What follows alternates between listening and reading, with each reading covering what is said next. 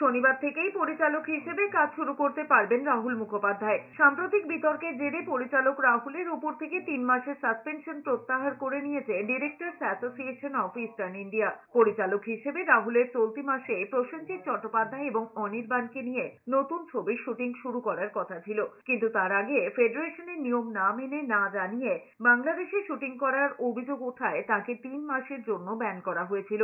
এরপরেই Tollygunge film industry এবং social মিডিয়ায় ব্যাপক বিতর্ক শুরু হয়। প্রশ্ন উঠে, যেখানে টালিগঞ্জে কাজ পাওয়া নিয়ে সমস্যা, সেখানে কে কোথায় কাজ করবে তা ঠিক করতে পারে directors association of eastern India. গিল্ডের সঙ্গে ফেডারেশনের বৈঠকে ঠিক হয় এসবিএফ এর পুজোর ছবিতে পরিচালক নয়, ক্রিয়েটিভ প্রডিউসার হিসেবে রাহুল কাজ করতে পারবেন। এরপরেই প্রতিবাদে সরব হন পরিচালকদের একাংশ। বেশ কয়েকজন অভিনেতাও এর বিরুদ্ধে মুখ খোলেন। শেষ পর্যন্ত রাহুলের ওপর থেকে নিষেধাজ্ঞা প্রত্যাহার করে নেওয়া হয়।